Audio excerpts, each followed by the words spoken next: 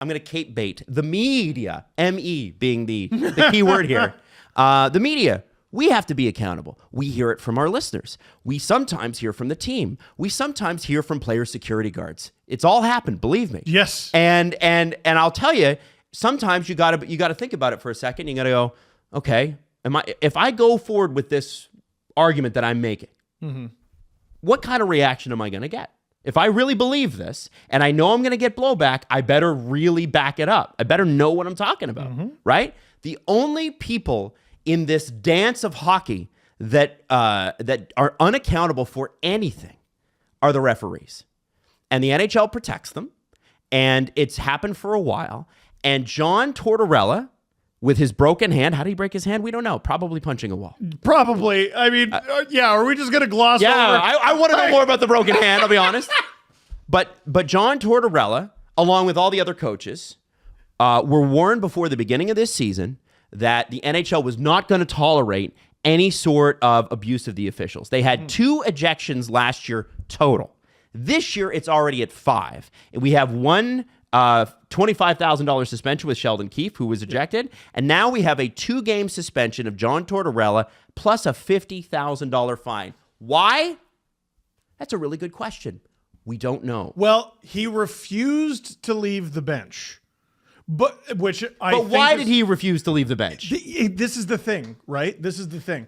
You know, we only... Before you get into your thing, let me just explain the hand thing. Back in 2020, John Tortorella was cleaning one of the hoofs of one of his horses, and he tore a tendon in his hand. Oh my gosh. And they delayed the surgery until recently, so he had the surgery on his hand to repair the tendon. I prefer 4 years later? Yeah. I prefer my version of events, which is where he punched a wall because he's so intense. No, it was blame the horses. All right. Anyways, you can go ahead. That seems rational. Blame the horses. Go Go ahead. Yeah, well, I usually do, but that's a Red Dead Redemption tendency that I have.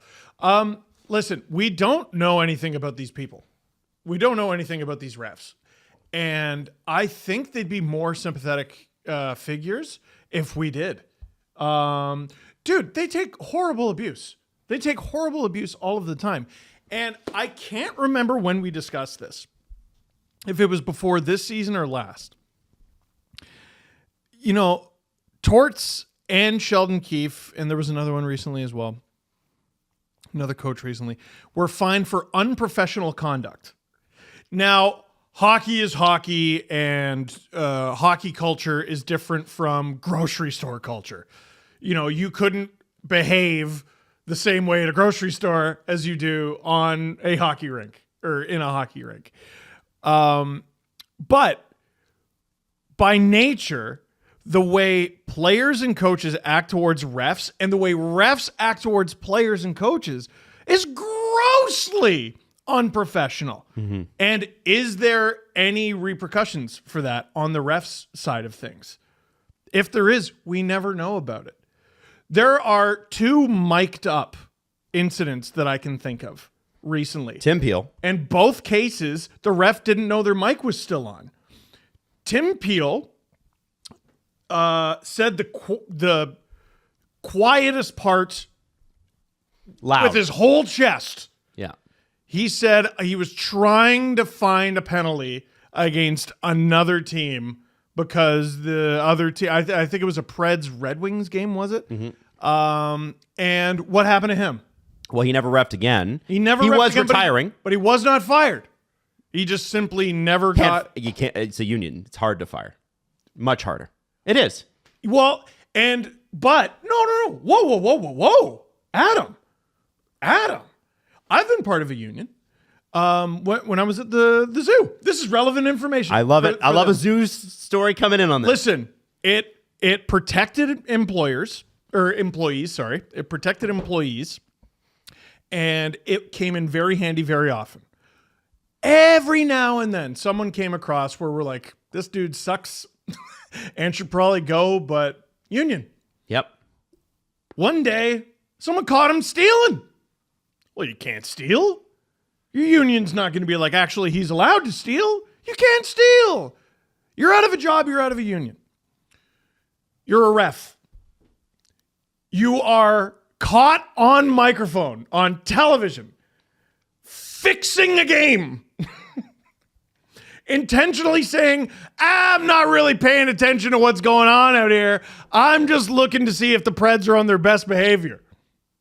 And they know that, which affects the way they play, and you're going to hammer them with the next penalty. You're ruining the integrity of the game. If you're caught on microphone doing that, hell yeah, you're getting fired. So why wasn't he fired? Well, because it was easier to just let him sail off into the sunset. That's your theory. My theory is it's mandated from the top. Well, and to support that point, and I think all 32 teams' fan bases can agree on this, it's a little bit weird that every game ends up within a penalty or two of each other. It's very odd. Except for the Calgary Flames after Dennis Wideman. Wasn't that weird? That's so weird. And we weren't allowed to ask any question. Hey, the team that employed the guy who hurt a ref cannot participate in anything that remotely resembles a hockey game. How many home games were during that stretch where the refs just intentionally, deliberately fucked the Flames for those games? How many home games were there, and can every Calgary Flames fan get a refund for those tickets to nonsensical, illegitimate games? They were illegitimate games.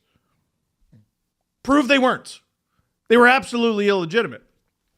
Why wasn't the guy canned? Because it comes from above. The other mic'd up situation I can think of is Andrew Peeke, when he was on the Columbus Blue Jackets. I can't remember who the game was against, but he was beaking at the ref. And the ref goes up to the penalty box, and he goes up to the camera, and number 2 minutes for whatever. And Peeke is yipping at him, and he's not mic'd up, so you can't hear what he's saying. But before the ref's mic turns off, he goes, "You shut the fuck." You've never seen that clip? I forgot about it. It's I have hilarious. All you need, you know what you need to do? YouTube, type in search bar, Andrew Peeke, shut the fuck up. That's what I did, and I found it. You shut the fuck. I'm sorry. That's not unprofessional conduct. That's grossly unprofessional conduct. Was he fined for that? Was he taken off of games for that? We'll never fucking know. Because, tell you what, Alan Walsh has a point. It's a kangaroo court. It's an absolutely made up kangaroo court. Is Wes McCauley going to face any repercussions for that thing with John Tortorella? We don't. Should he? No, we don't know. We don't know what fucking happened. Other than you don't ref the playoffs. Which fat chance he's going to get every game 7, like he always does. So here's the issue, and I think you made a great point off the top, and I know, don't think I enough usually people do. are talking about this. Okay, and the reason, you know what, I'm actually, instead of just calling it the main character award, we're going to call it the honorary Wes McCauley main character award. Retire. Presented to the main character. Retire this week in the NHL.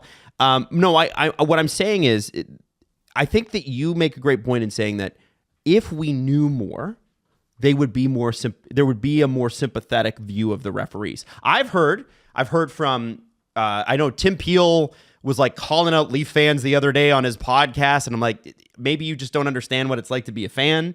His Twitter's got to be studied by science. And then every conspiracy theory you've ever had about NHL officiating is just confirmed by him on a daily basis. And what I will say is that ESPN's referee guy, Dave Jackson's always been respectful. He's always been honest and said, this is where you're wrong and this is where this is bullshit. And I think whatever. But at very least, he's been super respectful. I have nothing but good things to say about him. But here's my point. If we knew a little bit, we would feel a little bit better. And what I'm so sick of, I'm really sick of this, is but the refs take so much abuse. So do the players. So do the coaches. So do the general managers. And so does the media. All of us who are partners in this dance, by the way. We could all be a little nicer. We could all be a little nice, but the reality of the situation is when the games are happening, the players take more than verbal abuse, physical abuse, and they sign up for it. Refs, if you want to be a ref, you sign up for a little bit of, I'm going to deal with hotheads, and I don't think any NHL ref would be mad at that. I want to know why John Tortorella was fined. If John Tortorella said something horrible and it was in the heat of the moment and he regrets it and I apologize and it's worth $50,000. If it's really just comes down to John Tortorella swearing at the ref and going, you don't know what you're talking about, ultimately, and he gets 2 games of $50,000 for that because he didn't leave the bench, quote unquote, I think that is outrageous. I think that you need to be, if you're going to have a public sport, right? This isn't behind closed doors for rich elites, although Toronto, you can make the agreement or make the argument. This is for the public.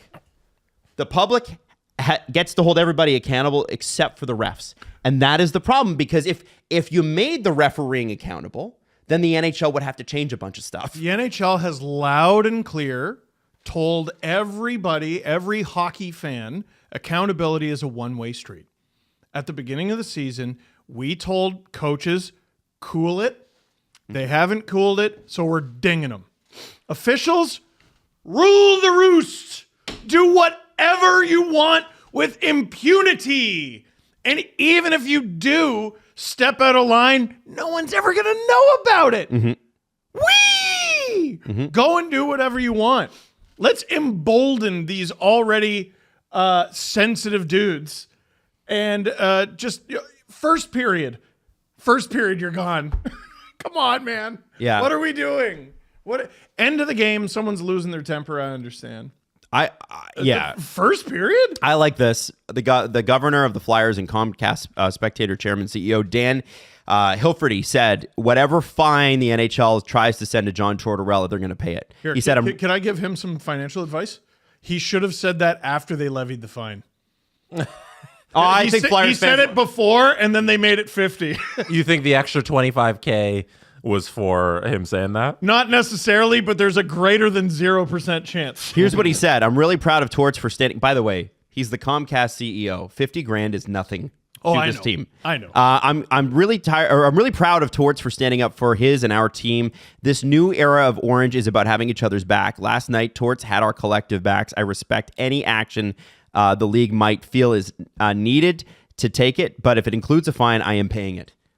And here's what I love that for the Flyers, because their fans are going to eat that up. Rah, rah, rah, rah, like rabble, right? Yeah, absolutely. Secondly, they're trying to build a winning culture in Philadelphia, and it's working, right? Look at what they've done this year. Well, maybe look at how much the Maybe players not that love each game. other. Maybe not that game, but you understand what I'm saying. Yes. And frankly, and we do this every year, and it's getting progressively worse. The refereeing, the more it's come under the spotlight, the more that things like legalized gambling are happening, the more it's going to be scrutinized. Well, Adam, I'm glad you brought that up. It's another gaze into the NHL's priorities. Shane Pinto did what he did. We still don't even really know what he did. But it was against his contract. It was against the rules. 41 games, you're gone. John Tortorella, mean and yelled at the refs and got kicked out of the game. And when he got kicked out of the game, refused to leave. 2 games. Wield your hockey stick and swing it like a friggin' bat. Go back and look at Pietrangelo on Leon Draisaitl last year in the playoffs. Go back and You don't have to go that far. Go to Truba. Yeah. Like, Trouba on Trent Frederick is still one of the most mystifying. There's no justification for it. no. There's no justification for it. But he didn't mean to, you guys. But fucking who cares? But he didn't mean to. Who gives a flying fuck?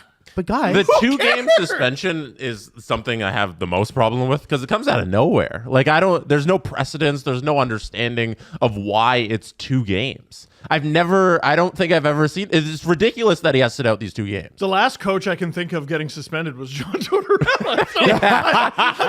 So I'm not actually sure. I don't understand where 2 games comes from. And I think it's absurd that he gets 2 games. It comes from an official's feelings are far more important to us than a player's health. Yeah, but That has to do with the NHLPA. That's what the fine is for. That's why you doubled the fine from 25 to 50. Where does 2 games come from? They pulled that out of their ass, and it means nothing. You know what? These guys are on headset all game. If I'm John, how are you going to catch me? How are you going to catch me? You all got earbuds in. We all got microphones. It's 2024. Fuck you. You go sit in the video. I'm coaching this game from the 6th deck. You go sit in the video room and Fuck yeah. you just do it in the low microphone. Welcome to the future, asshole. Yeah. Get fucked. That's what I'm doing if I'm John Tortorella.